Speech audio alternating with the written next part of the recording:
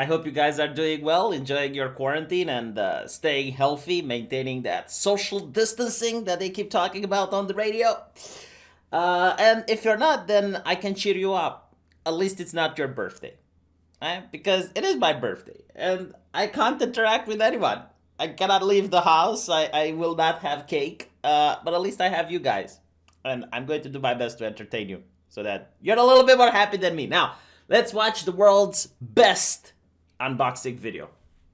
I'm very proud of FDA staff's work in the last few months to expedite the availability of testing in this country. I'm also incredibly appreciative of private industry's ingenuity and willingness to work with us quickly to develop and distribute those tests. We've had a substantial addition to testing with the authorization of point-of-care tests, especially the Abbott point-of-care test, which the President has pulled out of the box. A point-of-care test is a test that gives you a result where you're getting care. This is truly a patient-centered approach, whether it's the doctor's office, a hospital, an emergency room, an urgent care center, or a drive-by testing site. Just like tests for flu or strep, where you go to the doctor so you can get the test done, you can get an answer within minutes of having this test done. Doesn't that make you proud to be an American? I love how stereotypical the president is, like sitting there, chest pumped up like a rooster, being so happy with his little gadget, being like, America did this. America made this. You wish you would have it, wouldn't you? You wish you would. Maybe we will give it to you. Maybe we will later on, if you're our friend or if you pay us money. But right now it is our. We did this. We did this. No, but all jokes aside, this is absolutely amazing. The fact that America managed to come up with something like this in such a short amount of time. This is the Chad America versus the Virgin China. By the way, how many bad and faulty tests did China give to the rest of the world now? Because I have to wonder. Because there are only two possibilities. Number one, China is doing this on purpose in order to infect other people. That is horrible. How could I believe something like that? No. So clearly there must be the second remaining option. That is literally their tests. And they are faulty. Which kind of brings into question their results. But anyway, right, let's look at the numbers, because I am a little bit upset with my fellow Romanians who look at the numbers and they're like, oh, the United States, oh. It's annoying because, yes, the numbers do not lie. Well, maybe the Chinese ones do. But it's also how you interpret the numbers. It's the context that you put the numbers in. So if you look at China, which is what most people look at, they will point out, well, there's no more new cases. And some more skeptical people like myself would be like, well, it's the authoritarian measures, right? They locked every person in a box.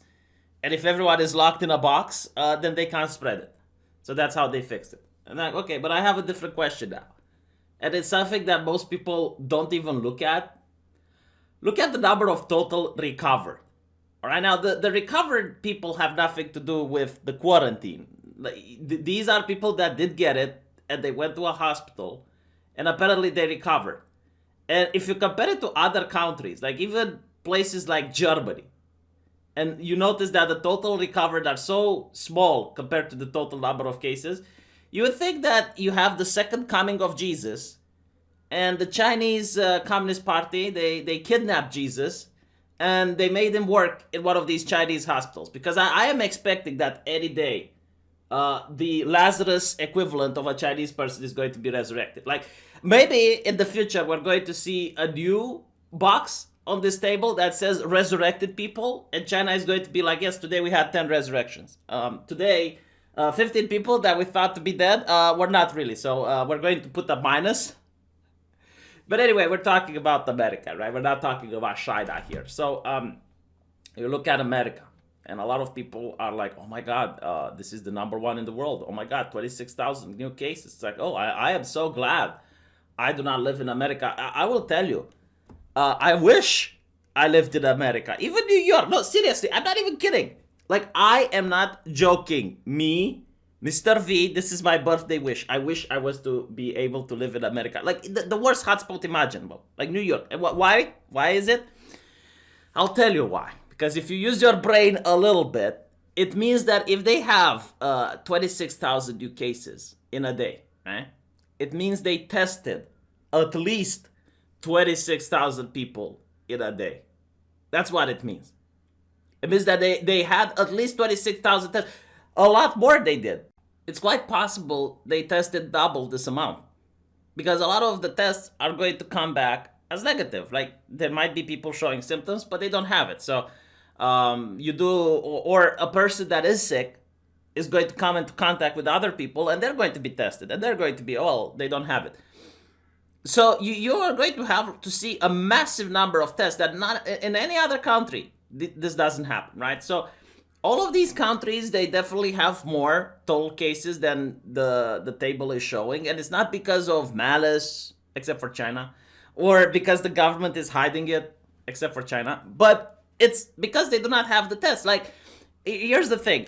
In my town, I told people, like, my girlfriend works at the hospital. And at the beginning of all this, we're talking last month, there was this nurse which had her husband traveling to Italy, to one of the hotspots. And she came, the husband came back home. He was sick, he was coughing. And then the nurse goes to the hospital where my girlfriend works in. And she goes to work and she starts coughing. And because the way things are done in Eastern Europe, they didn't want to get the nurse into trouble because she would have to pay a fine for not declaring that her husband was coming from Italy and she went to work sick. The person that was supposed to start the epidemiological investigation didn't announce it. Now, I started coughing and having the sniffles during that time, and I asked my family doctor, it's like, well, is there a way I can pay for a test? Because I want just some safety of mine. And she told me no. Like, the only way you can get tested is if either you come from one of the hotspots or there is a direct contact with a person that's infected. So a lot of people that just have the symptoms would not get tested. And this is not because the government was evil or anything like that. It just didn't have the number of tests available. And we still don't. Like, no country in the world that I know of has the sufficient number of tests to test their entire population. Because otherwise, this would be really easy to stop if they could do that. But since they can't, right? And one of the countries that do have this, one of the countries that do have a significantly, not only just a high number of tests, but tests that give you the result right then, is the United States. So, like, people that keep dissing the United States, like, you should stop. You don't know what you're talking about. You wish you were in the US. Because, like, a lot of people are going to say, wow, this is really bad. It's like 1,000 deaths. It's worse than Italy. And it's true, like, it is horrible that so many people are dying. But, like, it's not like the US concocted the virus. Like, this is something that exists. It's like a natural disaster, and the government are just trying to save as many lives as possible. But you need to look at the deaths per the billion of population, right, and compare it to Italy and Spain. And you'll notice that, yes, I would rather live in the US right now. I would feel safer if I lived in the US. Even with all of this happening, they're doing a much better job at combating the illness than other countries, except for China. China is like, what, 2 deaths per billion? Oh, that's amazing. That is like just, wow. How did they manage? I'm telling you, they kidnapped Jesus Christ. This is the only explanation that I can come up with. Jeez.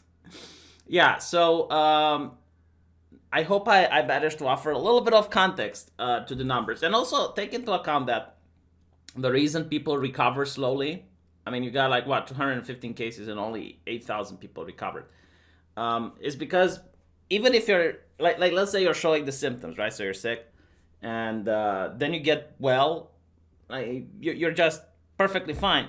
They will still need to give you 2 more tests that would come out as negative before they can discharge you from the hospital. And this is to make sure you're not infecting the local community once you're discharged. So that's the reason, right? This is why we're going to see a lot more numbers of total recovered in the coming weeks. Because again, like the people that are considered recovered are people that for 2 weeks consecutively have shown 2 tests being negative. So that's why. But yeah, let me know what you think in the comment section. And I will see you guys there.